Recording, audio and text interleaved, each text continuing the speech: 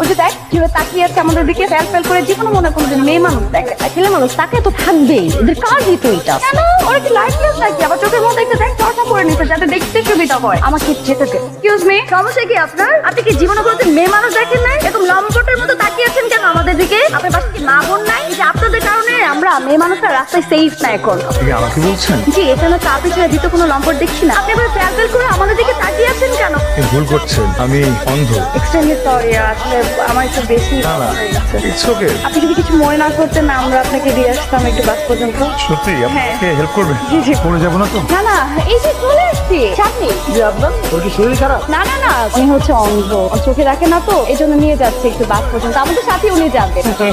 চোখে সবই দেখে, তোমারেও বানাইছে আমাদের বন্ধু আপনার। তোরা তো দেরি করলি কেন? একা একা বোর্ড হচ্ছিলাম, তাই ট্রিপটা নিজেই শুরু করে দিলাম।